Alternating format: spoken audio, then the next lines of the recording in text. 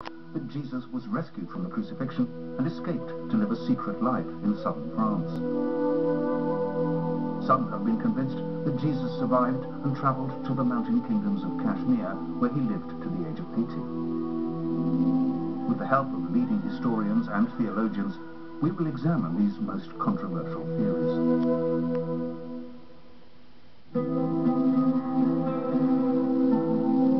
To understand what happened to Jesus after the crucifixion, we need first to look at the facts of his life. But what is historical fact? What is the evidence? Almost all we currently think we know about Jesus comes from the four Gospels: Matthew, Mark, Luke and John. But Matthew and John are the only Gospel writers who were members of the 12 disciples, the only ones who could have been present at the events they describe. The four Gospels were all apparently written between 40 and 100 years after the crucifixion, which Roman history tells us happened around 30 AD. But despite the fact that we know them by those four names, modern biblical scholars cannot be absolutely sure who really wrote them. Originally, all these Gospels circulated anonymously. There were no names attached to them until almost 200. And the Christian theologian who came up with the idea of having a New Testament was roundly condemned as a heretic. Whoever did really write the four Gospels, the description of Jesus' death in all of them is brutal.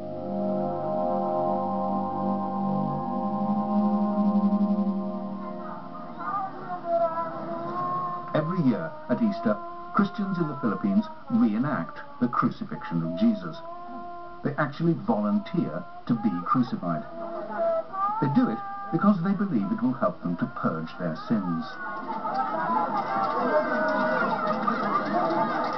For the onlookers, it's a bloody reminder of what happened to Jesus 2,000 years ago. Crucifixion was the most cruel and atrocious punishment that the Romans could inflict.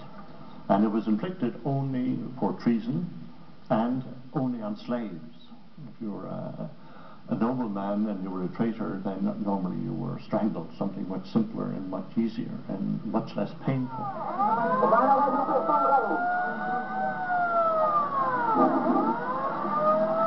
After condemnation, the cross beam was strapped to the shoulders of the criminal, and he paraded through the streets with his arms stretched out.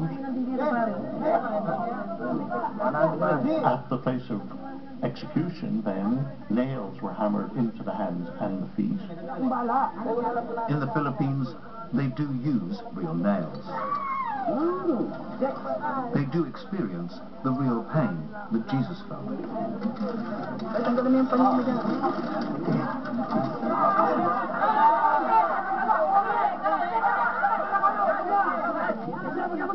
But a man nailed to a cross does not die from his wounds.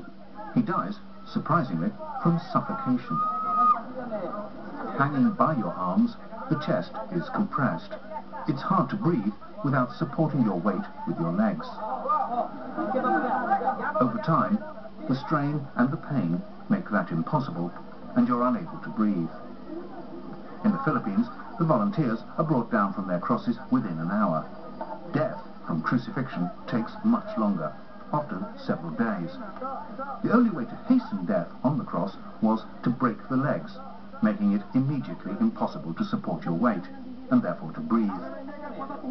But the Gospels are all agreed that Jesus died after only 3 to 6 hours. The crucifixion began at the 3rd hour. And it was the 3rd hour, and they crucified him. Some claim that the Gospel according to Luke has the shortest crucifixion. It was about the 6th hour, and when Jesus had cried with a loud voice, he gave up the ghost. Matthew and Mark have Jesus surviving a little longer. And about the 9th hour, Jesus cried out. The disciples wanted to take Jesus' body down from the cross immediately, but the Roman governor, Pontius Pilate, wasn't convinced that he was dead. And Pilate marveled if he were already dead. Pilate was reassured by the centurion. But this was the same centurion who had earlier said, "Truly, this man was the Son of God." Jesus' body was then laid in a tomb, donated by a rich man, Joseph of Arimathea.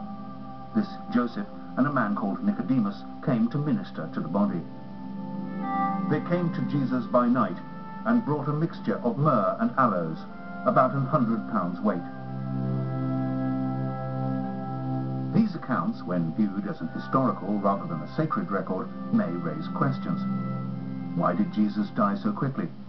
Why did Joseph and Nicodemus take so many herbs into the tomb? So it's perhaps not surprising that some people have even dared to ask whether Pilate was right to have his doubts, whether Jesus really did die on the cross.